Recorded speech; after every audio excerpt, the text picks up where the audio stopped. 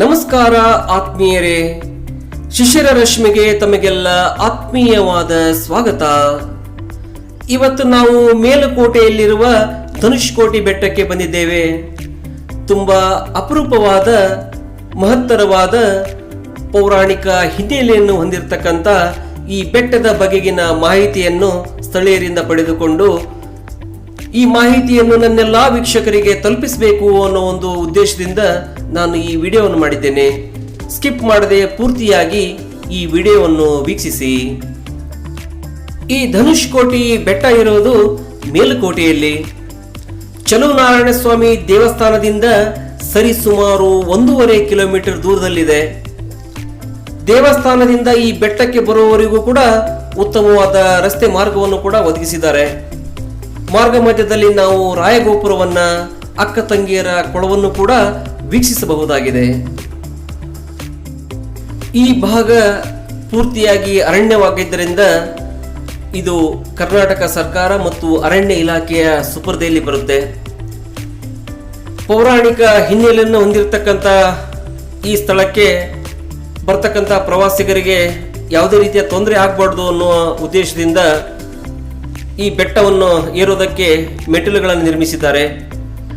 ಈ ಮೆಟ್ಟಿಲುಗಳ ಸಹಾಯದಿಂದ ನಾವು ಈ ಬೆಟ್ಟವನ್ನು ಏರಿಕೊಂಡು ಅಲ್ಲಿರ್ತಕ್ಕಂಥ ಸ್ಥಳ ಮಹಿಮೆಯನ್ನು ತಿಳಿದುಕೊಳ್ಳೋದಕ್ಕೆ ಬಹಳಷ್ಟು ಸಹಕಾರಿಯಾಗಲಿದೆ. ಈ ಬೆಟ್ಟಕ್ಕೆ ಏರೋದಕ್ಕೆ ಸರಿಸುಮಾರು ಒಂದು 300 ಮೆಟ್ಟಿಲುಗಳಿದ್ದಾವೆ.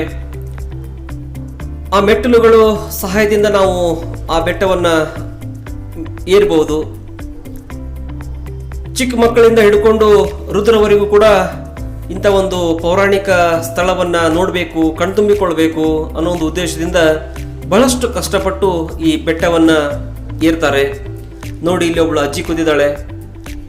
ಅಲ್ಲಿವರೆಗೂ ನಡ್ಕೊಂಡು ಬಂದಿದ್ದಾಳೆ. ಸ್ವಲ್ಪ ವಿಶ್ರಾಂತಿಯನ್ನು ತೆಗೆದುಕೊಂಡು ಮತ್ತೆ ಮುಂದೆ ಆ ಬೆಟ್ಟವನ್ನು ಏರೋದಕ್ಕೆ ಸನ್ನದ್ಧಳಾಗಿದ್ದಾಳೆ. ಈ ಒಂದು ಬೆಟ್ಟಕ್ಕೆ ನಾವು ಬೆಳಗಿನ ಜಾವ ಮತ್ತು ಸಾಯಂಕಾಲದ ಸಮಯದಲ್ಲಿ ಬಂದರೆ ಬಹಳಷ್ಟು ಉಪಯುಕ್ತ ಅಂತಲೇ ಹೇಳ್ಬೋದು. ಯಾಕೆಂತಂದರೆ ಈ ಬಿಸಿಲಿನ ಬೇಗೆಯಲ್ಲಿ ನಾವು ಈ ಬೆಟ್ಟವನ್ನು ಹತ್ತೋದು ಸ್ವಲ್ಪ ಕಷ್ಟ ಆಗ್ಬೋದು. ಆದ್ದರಿಂದ ಬೆಳಗಿನ ಸಮಯದಲ್ಲಿ ಮತ್ತು ಸಂಜೆಯ ಸಮಯದಲ್ಲಿ ನಾವು ಬಂದರೆ ಬಹಳ ಆರಾಮವಾಗಿ ಈ ಬೆಟ್ಟವನ್ನು ಹತ್ಕೊಂಡು ಮೇಲೆ ಹೋಗ್ಬೋದು. ಜೊತೆಗೆ ಈ ತಂಪಾದ ಗಾಳಿ, ಈ ಹಚ್ಚ ಹಸಿರಿನ ಸಿರಿಯನ್ನು ಕಣ್ತುಂಬಿಕೊಳ್ಳೋದಕ್ಕೆ ಒಂದು ಉತ್ತಮ ಅವಕಾಶ ಅಂತಲೇ ಹೇಳ್ಬೋದು. ಈ ಬೆಟ್ಟ ಯಾಕೆ ಅಷ್ಟೊಂದು ಪ್ರಾಮುಖ್ಯತೆಯನ್ನು ಪಡೆದುಕೊಂಡಿತು ಅನ್ನೋ ವಿಚಾರವನ್ನು ನಾವು ಸ್ಥಳೀಯರಿಂದ ಮಾಹಿತಿ ಪಡೆದಾಗ ನಿಜಕ್ಕೂ ಕೂಡ ಬಹಳಷ್ಟು ಸಂತಸವಾಯಿತು. ರಾಮ ಮತ್ತು ಸೀತೆ 14 ವರ್ಷಗಳ ಕಾಲ ವನವಾಸವನ್ನು ಅನುಭವಿಸ್ತಾರೆ. ಆ ವನವಾಸದ ಸಂದರ್ಭದಲ್ಲಿ ಕೆಲ ಕಾಲ ಈ ಬೆಟ್ಟದಲ್ಲಿ ತಂಗಿದ್ರು ಅನ್ನೋ ಒಂದು ಮಾಹಿತಿ ಸಿಕ್ತು ನಮಗೆ.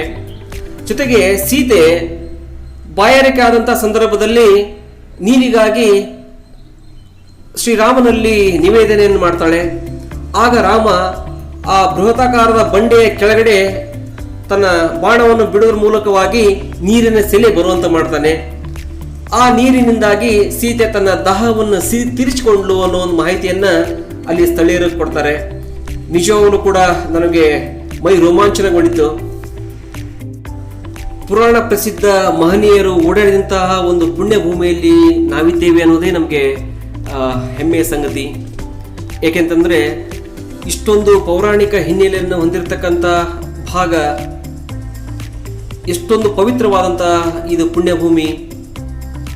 ಇಂಥ ಒಂದು ಕ್ಷೇತ್ರವನ್ನು ನೋಡ್ತಕ್ಕಂಥ ಒಂದು ಭಾಗ್ಯ ನಮಗೆ ಸಿಕ್ಕಿದ್ದು ನಿಜಕ್ಕೂ ಕೂಡ ಇದು ನಮ್ಮ ಪೂರ್ವಜನ್ಮದ ಪುಣ್ಯ ಅಂತಲೇ ಹೇಳ್ಬೋದು.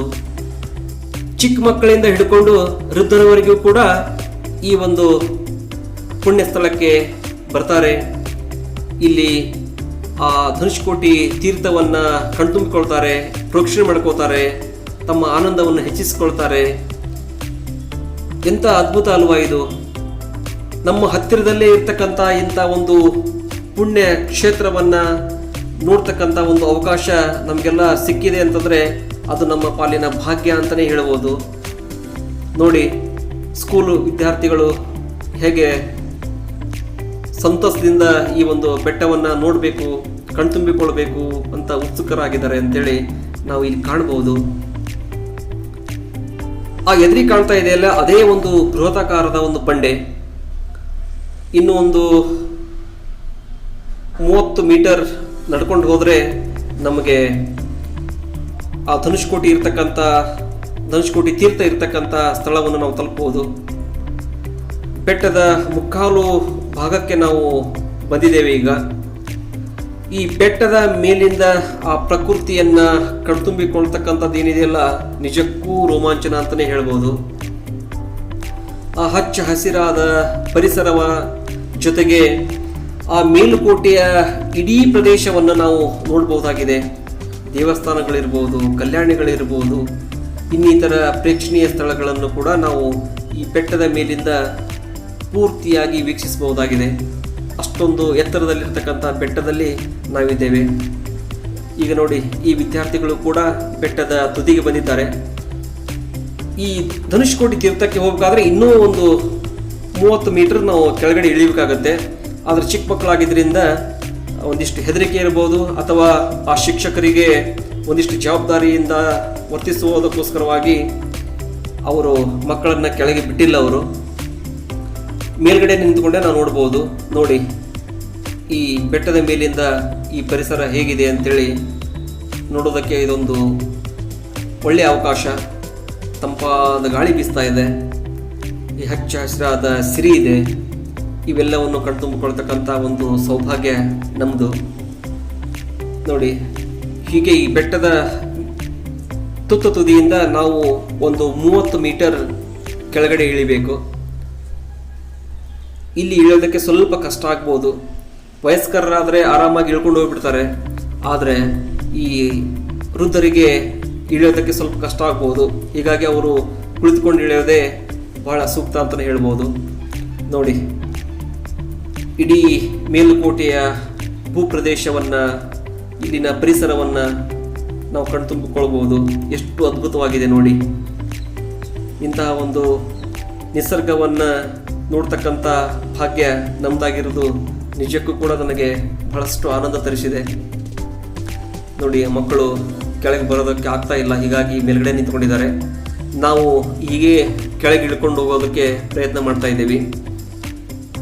ಸ್ವಲ್ಪ ಕಷ್ಟ ಅನಿಸ್ಬೋದು, ಆದರೂ ಕೂಡ ನಿಧಾನವಾಗಿ ಇಳ್ಕೊಂಡು ಹಾಗೇ ಕೆಳಗಡೆ ಹೋದರೆ ನಮಗೆ ಧನುಷ್ಕೋಟಿ ತೀರ್ಥ ಇರತಕ್ಕಂಥ ಸ್ಥಳವನ್ನು ನಾವು ತಲುಪಬಹುದಾಗಿದೆ.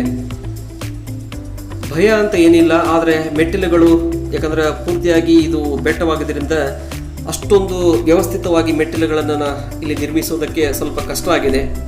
ಆದರೂ ಕೂಡ ಅವರ ಪ್ರಯತ್ನದಿಂದಾಗಿ ನಾವು ಇಲ್ಲಿ ತಲುಪೋದಕ್ಕೆ ಅಷ್ಟೊಂದು ತ್ರಾಸ ಪಡ್ತಕ್ಕಂಥ ಸನ್ನಿವೇಶಗಳೇನೇ ಇಲ್ಲ.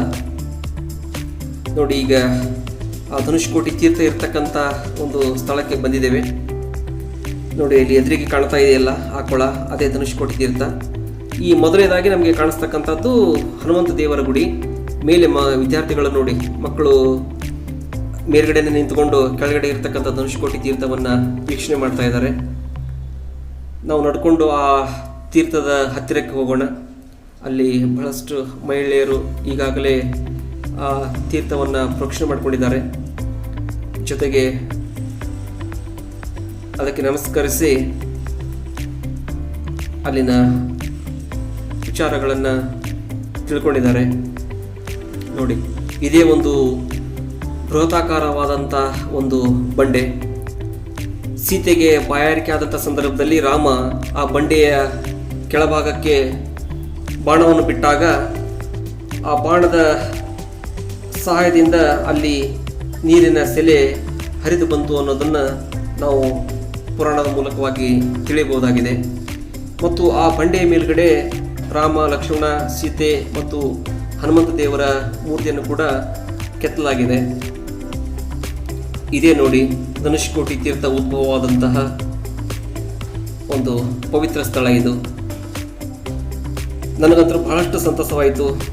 ಇಷ್ಟೊಂದು ಪೌರಾಣಿಕ ಹಿನ್ನೆಲೆಯನ್ನು ಹೊಂದಿರತಕ್ಕಂಥ ಇಂಥ ಒಂದು ಸ್ಥಳದಲ್ಲಿ ನಾವಿದ್ದೇವೆ. ಜೊತೆಗಿಂತ ಒಂದು ಸ್ಥಳವನ್ನು ನೋಡ್ತಕ್ಕಂಥ, ಕಣ್ತುಂಬಿಕೊಳ್ತಕ್ಕಂಥ ಒಂದು ಭಾಗ್ಯ ನಮ್ಮದಾಗಿದೆ ಅನ್ನೋದು ನನಗೆ ಅತೀವ ಸಂತಸ ತಂದಿದೆ. ನೋಡಿ, ಇಲ್ಲಿ ಕೂಡ ಮಹಿಳೆಯರು ಆ ಪವಿತ್ರವಾದಂಥ ತೀರ್ಥವನ್ನು ಪ್ರೋಕ್ಷಣೆ ಮಾಡ್ಕೋತಾ ಇದ್ದಾರೆ. ಅಲ್ಲೊಬ್ಬ ಹಿಂದಿ ಅಜ್ಜಿ ಬರ್ತಾ ಇದ್ದಾಳೆ ನೋಡಿ, ಅವಳು ಕೂಡ ವಯಸ್ಸಾದರೂ ಕೂಡ ಈ ಒಂದು ಕ್ಷೇತ್ರವನ್ನು ನೋಡಲೇಬೇಕು ಅನ್ನೋ ಒಂದು ಮಹದಾಸೆಯಿಂದ ಇಲ್ಲಿ ಬಂದಿದ್ದಾರೆ. ನೋಡಿ ಎಷ್ಟೊಂದು ಅದ್ಭುತವಾದ ಬೃಹತಾಕಾರವಾದ ಒಂದು ಬಂಡೆ ಇದು. ಆ ಬೆಟ್ಟದ ಮೇಲುಗಡೆಯಿಂದ ನೋಡಿಬಿಟ್ರೆ ಇಡೀ ಭೂಪ್ರದೇಶ ಇಷ್ಟು ಚಿಕ್ಕದಾಗಿ ಕಾಣಿಸುತ್ತೆ. ಇಂಥ ಒಂದು ಬೆಟ್ಟದ ಮೇಲುಗಡೆ ಇಂಥ ನೀರಿನ ಸೆಲೆ ಬಂದದ್ದು ನಿಜಕ್ಕೂ ಕೂಡ ಒಂದು ವಿಸ್ಮಯ ಅಂತಲೇ ಹೇಳ್ಬೋದು. ಬಹಳಷ್ಟು ಆನಂದ ತರಿಸ್ತದೆ ಇದು. ನೋಡಿ ಈ ಪವಿತ್ರವಾದ ಜಲ ಯಾವಾಗಲೂ ಹೀಗೆ ಇರುತ್ತೆ. ಇದು ಇಷ್ಟೊಂದು ಪೌರಾಣಿಕ ಹಿನ್ನೆಲೆಯನ್ನು ಹೊಂದಿರತಕ್ಕಂಥ ಈ ಸ್ಥಳ ನಾವು ನೋಡಲೇಬೇಕಾದಂಥದ್ದು. ನನ್ನೆಲ್ಲ ವೀಕ್ಷಕರಿಗೆ ಹೇಳೋದು ಇಷ್ಟೇ, ನೀವು ನಿಮ್ಮ ಸ್ನೇಹಿತರು ನಿಮ್ಮ ಕುಟುಂಬದೊಂದಿಗೆ ಒಮ್ಮೆಯಾದರೂ ಈ ಸ್ಥಳಕ್ಕೆ ಬನ್ನಿ, ಇಲ್ಲಿ ಭೇಟಿ ನೀಡಿ, ಇಲ್ಲಿ ಆನಂದವನ್ನು ಕಣ್ತುಂಬಿಕೊಳ್ಳಿ. ಕೇವಲ ಈ ಧನುಷ್ಕೋಟಿ ಅಲ್ಲ, ಈ ಬೆಟ್ಟದ ಮೇಲುಗಡೆಯಿಂದ ಇಡೀ ಮೇಲುಕೋಟೆಯ ಭೂಭಾಗವನ್ನು ಆ ಪರಿಸರವನ್ನು ಕಣ್ತುಂಬಿಕೊಳ್ಳೋದೇನಿದೆಯಲ್ಲ, ಅದು ನಿಜಕ್ಕೂ ಕೂಡ ಮನಸ್ಸಿಗೆ ಹರ್ಷವನ್ನು ತರಿಸ್ತಕ್ಕಂಥದ್ದು. ನೋಡಿ ಎಷ್ಟೊಂದು ಬೃಹದಾಕಾರವಾದಂಥ ಬಂಡೆ ಇದು.